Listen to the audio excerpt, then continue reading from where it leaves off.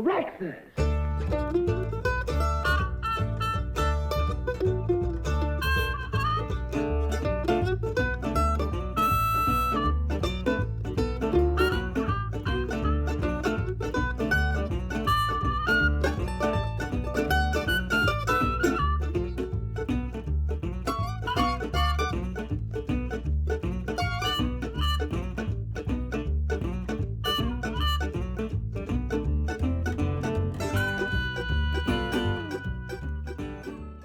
Founded in 1939, MLJ, better known today as Archie Comics, have churned out thousands of publications in their 80 years of existence.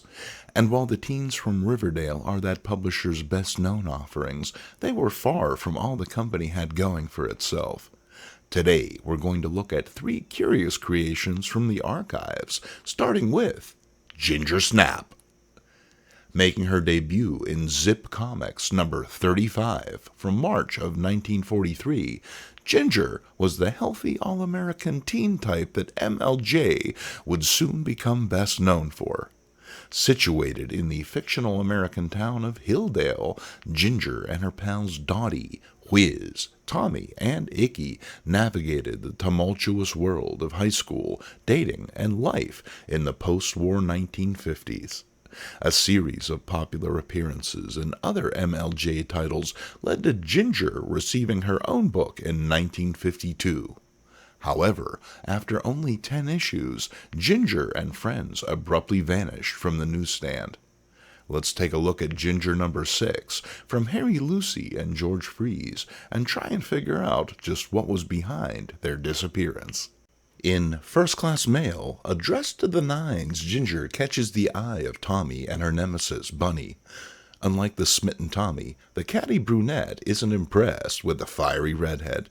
When Bunny runs into Ginger's pop, a plan is quickly hatched to take the wind out of her rival's sails and get a date with Tommy to boot. Bunny claims she rarely sees Ginger anymore as the teen has such an active social life. This gets Pop's blood pressure up, and he storms off to lay down the law. Bunny soon learns from Tommy Ginger's now allowed only 1 date a week. Sadly for Bunny, it's with Tommy. Next up, a single-page gag featuring Ginger's sometimes beau, Icky, and his dog, who's overly attached to his master, at least whenever he can get his teeth into him. The Nose begins with catty classmates Bunny and Patsy having a go at each other. Between barbs, we learn tonight is the big summer festival dance, and that all of the boys in town are spoken for. A dateless Bunny inquires about Icky's plans, but is disappointed to learn he's all set to go with Ginger, who's been out of action for weeks thanks to a nasty allergy to dahlias. Bunny wheedles the specifics out of Icky, divining the poor sap has no money for a corsage in the process. Gleefully deciding to kill 2 birds with 1 stone, Bunny offers to cut flowers from her own garden for Ginger's corsage, a seemingly innocent gesture tainted by her plans to insert the dreadful dahlias into the floral assortment. Icky runs into Ginger and Patsy and relays the good news, only is shot down by the prospect of a double cross. It's then Icky realizes he gave Bunny the wrong information. Ginger's allergic to gardenias, not dahlias. Either way, she's not about to cross them up before the big dance. Is she? Of course she is. In order to hide the offending blooms, Bunny decides to add a few roses for cover, putting the cap on her sinister plot. And while the dahlias don't have their intended effect, Bunny still has the last laugh, albeit alone at home.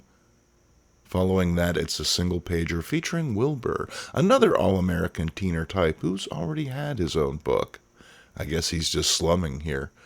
Still, the painted park bench gag is always good for a laugh. As you can see, one-pagers were a big part of books like this. Their appearance created a sense of variety and value for the reader, while keeping the publisher's relatively small stable of creations from overexposure.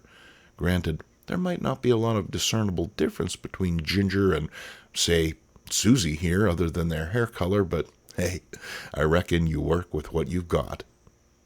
In Choose Your Partner, Icky is having a crisis. Seems the poor bastard is suffering from short man syndrome, a fact compounded by Ginger's constant need for higher heels. In spite of his shortcomings, however, the Ixter is no quitter.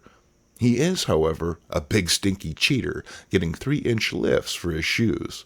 Convinced this is the answer to all of his problems, he heads over to Ginger's, but she's too self-obsessed to notice, and it takes Patsy to point out the heightening.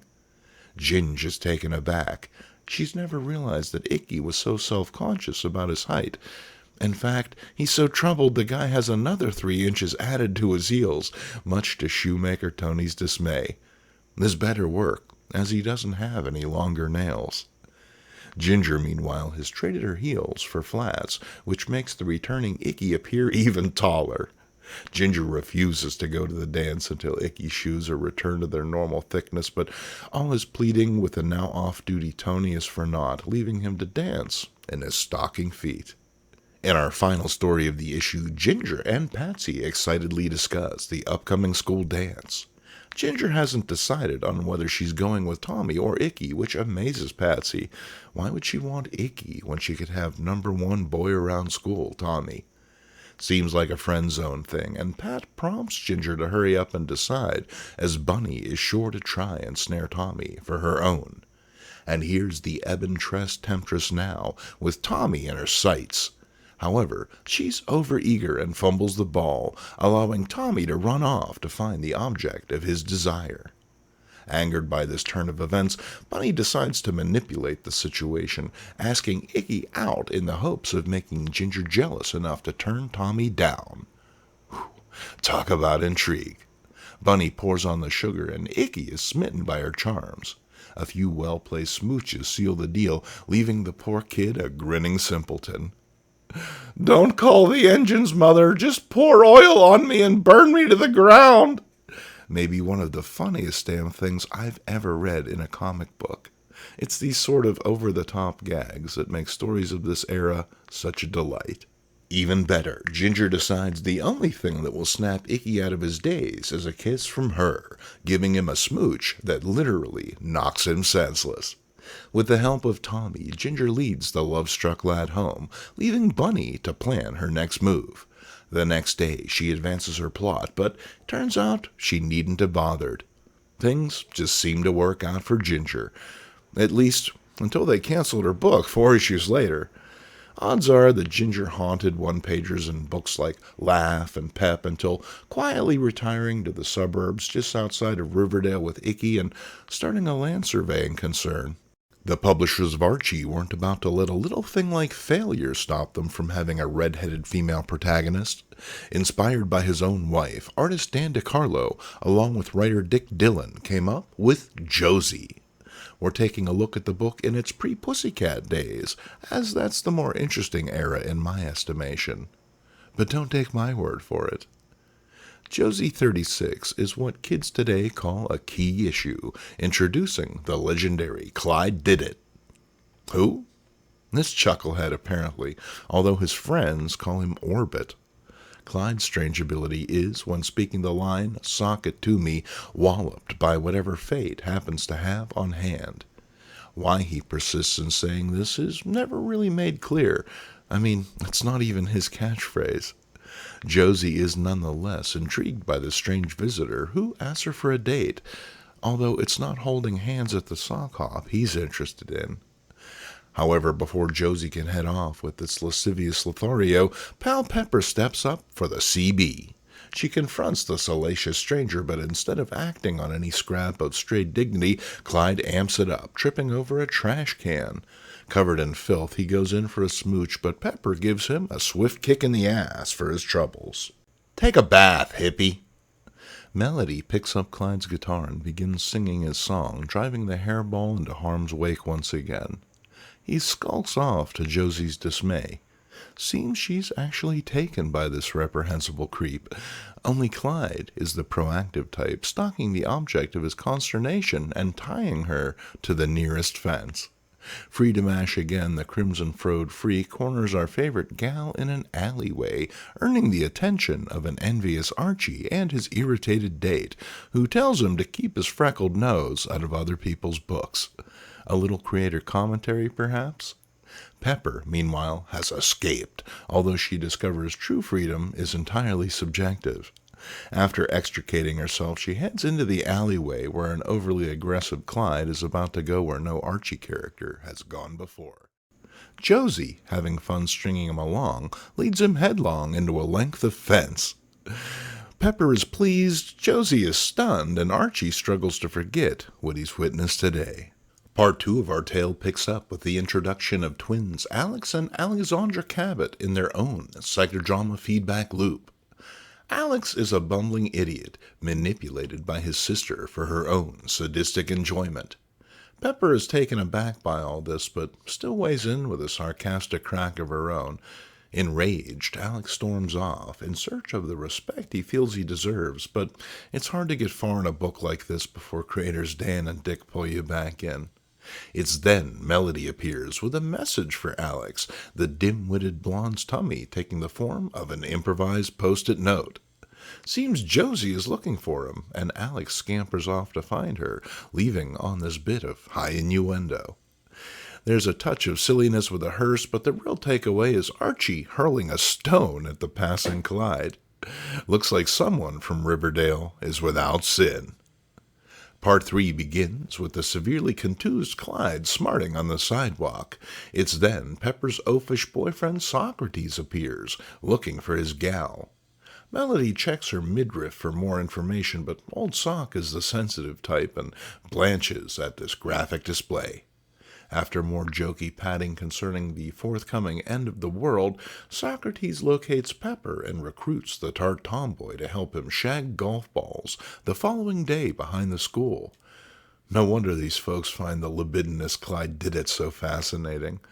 After this decidedly unromantic request, Pepper gets it into her head she needs a complete image overhaul and recruits her pals to head off to the library for a bit of research. That said, Pepper's too agitated for any genuine self-reflection and instead has a public freakout and is driven from the hallowed halls in a growing lather. Is there something in this town's water or what? Because these kids act mighty weird. I'm not sure if it's just the comics creators trying to break free of strict editorial dictates, but there are some notable differences between Josie's crew and the residents of Riverdale. Melody, still fixated on the end of the world, is given a shake by pal Josie. The poor kid has rat turds for brains, and not the crunchy kind. Relieved that her end is not imminent, she encounters Alexandra, but knocks her down when a passing angel flies by. It's just Alex, and one of those newfangled rocket belts, a sight that rouses the previously stunned Clyde Didit. Why, he'd love a rocket belt of his own. Think of how annoying he could be then. In perhaps the most satisfying panel of the whole book, he's kicked in the head by a passing Alex. I would have gladly paid 15 cents just for a whole book of this. Distracted, Alex flies headfirst into a brick wall, knocking him unconscious and most likely paralyzing him for life. This is Clyde's cue to strap on the belt, although his trip is cut mercifully short by the end of the story. You know, maybe those Pussycat-era stories of the book deserve another look, as this was kind of a rough ride. Our final book of the day is, in my opinion, one of the most interesting titles MLJ ever published, less for what it is than for what it isn't. The fact that the first issue of Chilling Adventures in Sorcery, as told by Sabrina, appeared in 1972 was no coincidence. Due to the recent relaxation of the Comics Code, formerly taboo subjects such as vampires, werewolves, and other murderous monsters were now slowly creeping back into contemporary comics after an almost 2-decade absence. MLJ was eager for their slice of the pie, and, with the reintroduction of a platinum-haired witch named Sabrina, seemed poised to deliver the goods. Sabrina made her debut in Archie's Madhouse number 22 as that book's lead feature. Sabrina is your average teen, into television, hi-fi, and witchcraft. She's clearly not your typical witch, living as she does in the heart of Riverdale, USA. That said, there are some consistencies. Like the typical witch, she has a familiar in the form of Black Cat Salem, who's adept at wreaking havoc all on his own. Also, witches can't cry, which is something I didn't remember hearing before, so that's good to know. In keeping with classic witchery, Sabrina floats on water, making her the ideal date for budding swimmers. But there's the real rub. While witches can trigger it, they can't actually fall in love themselves. Head Witch Della ensures Sabrina and the other witches are kept in line with a lead-by-action example encouraging mischief in her pupils under any and all circumstances. Seems cute until she starts fiddling with your brain or serves you a spiked milkshake that makes you fall in love with a human mop. Even worse, Sabrina herself is aloof from such primitive emotions, as she must be. Otherwise, she'll be stripped of her witchly powers. Who will host the anthology book now? A title conceived in the spirit of the old EC comics, Chilling Adventures in Sorcery only lasted 2 issues, although Sabrina managed to do all right for herself in the end. Let's take a look at issue 2, given to me by no less than OG Supreme and legendary comics artist Stephen Butler. The ultimate cure begins with an agitated sailor, fresh off a freighter from the China coast, bursting into a doctor's office. The doctor and nurse do their level best to restrain the seaman, but he escapes from the operating table, transforming into something more beast than man. Before anyone can react, the beast leaps out the window to its death. The doctor and nurse attempt to compose themselves, in the process discovering the doc has taken a nasty wound in the conflict. And while it's cleaned and sterilized well, this wound is something beyond the grasp of 1960s science, festering just off panel. Leaving the office later that night, the doctor arrives home just in time to transform. Here he is now, as green as me lucky shamrock. Not the first color I associate with werewolves, but hey, who's to say this is a werewolf anyway? I mean, he's hairy, but scaly. He could be some sort of weird wolf-gecko fusion. Or Tommy Lee Jones. The doc doubles back to his lab, but his bestial impulses and monster fingers make formulating a cure for his condition impossible. It's all he can do to call Helen, his assistant, pleading with her for help. And wouldn't you know it, she actually shows up. Anything for that overtime, huh?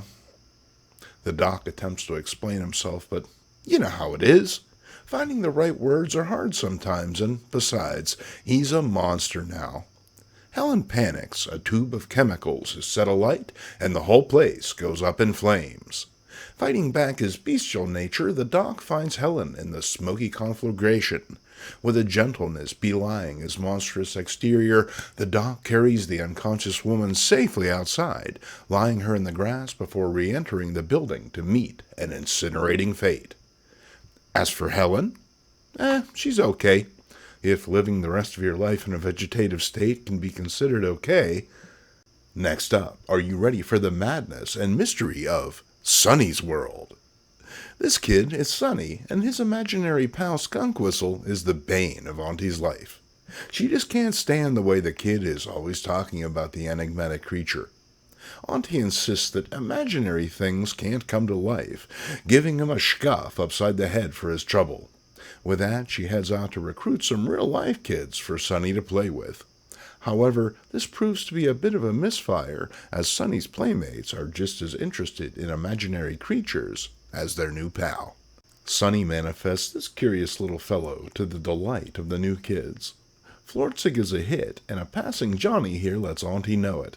Enraged, she flips her Giggy and banishes the kids from the home. If Sonny can invoke these uncanny forces, why, Auntie needs to see it for herself. And Sonny obliges. So, how about a dog-headed fruit-striped snake on wheels? The horror is simply too great for Auntie to handle, and Sonny banishes his latest creation. The old woman wrestles with this new reality, coming to the sudden realization that she, too, is simply a figment of Sonny's imagination. With that, the kid wipes the slate clean, although he's quick to call his pals for another get-together. After all, there's nothing like having the house to yourself. The measure of a monster begins with a bug. A bloody big bug, in fact.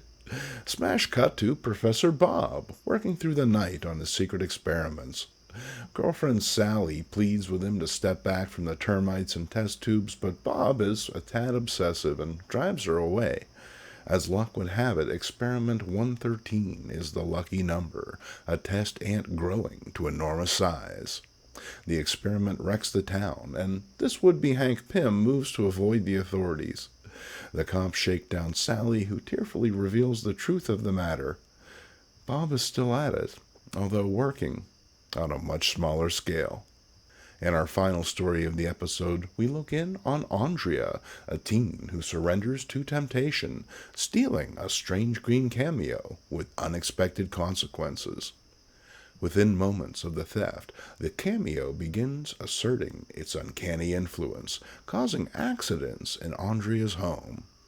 Oddly enough, these accidents delight the girl, the cameo's evil having claimed her.